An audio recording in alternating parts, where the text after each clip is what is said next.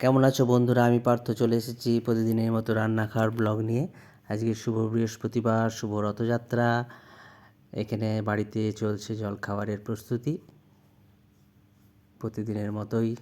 আজকে কি হচ্ছে? জলখাবার হচ্ছে চাউমিন। এদিকে বৃষ্টি তো সমানে ঝরেইছে, গঙ্গা পিসি গাচ্ছে ওই বৃষ্টির মধ্যে বসেই টিপ টিপ করে পড়ছে এখনও।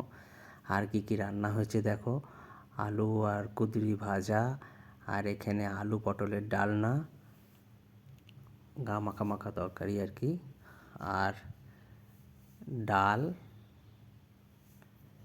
আর হয়েছে ঢ্যাঁড়সের ঝাল, সর্ষে পোস্ত দিয়ে ঢ্যাঁড়সের ঝাল। একদম সম্পূর্ণ নিরামিষ রান্না আজকে হয়েছে। এই সামান্যটুকু রান্নাই হয়েছে। ওই যে ভাত, এই যে চাউমিন হয়েছে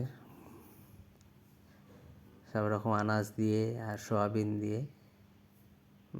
দিয়ে হলে বেশ ভালো লাগে সয়াবিনগুলো চাউমিনের মধ্যে খেতে। আর টমেটো সস তো চাই, টমেটো সস না হলে হয় না, চাউমিন ঠিক খাওয়া হয় না। টমেটো সস দিয়ে নিচ্ছি। তবে চাউমিনটা খুবই হালকা হালকা করা হয়েছে, বেশি তেল না দিয়ে।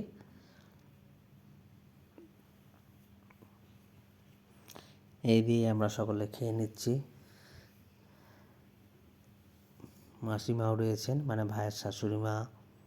ওনার আবার দুপুরে অন্য জায়গায় খাওয়ার নিমন্ত্রণ আছে, উনি দুপুরে এখানে খাবেন না, উনি খালি টিফিন করবেন। ভিডিওটা শেষ পর্যন্ত দেখো, যদি ভালো লাগে অবশ্যই লাইক কমেন্ট শেয়ার করো।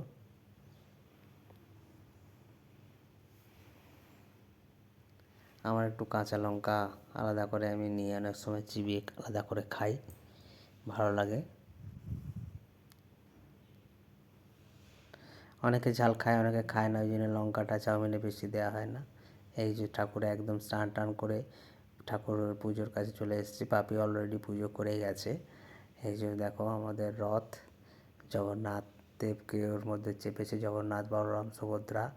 যে সিংহাসন থেকে এই মূর্তিটা বসিয়ে দেওয়া হয়েছে উপরে, তার নিচে আমাদের গোপাল রয়েছে। এখানে আবার সীতাভোগ দেওয়া হয়েছে প্রসাদ হিসাবে। আমাদের একই বৃহস্পতিবার, তাছাড়া আবার রথযাত্রা, সেই জন্য এই রথটাকে পুজো করা হয়েছে। সেরকম ফুলের মালা টালা দিয়ে সাজানো হয়নি, বিকেলের দিক করে সাজাবো। একদম চলে এসে ভাতের পাতে।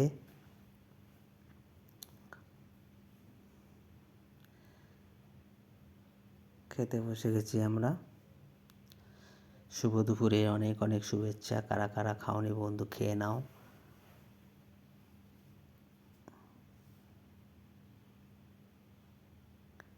নিরামিষ রান্না আজকে, তাই লেবু তো চাই, ঘি লেবু একটু না হলে নিরামিষ খাওয়া যায় না।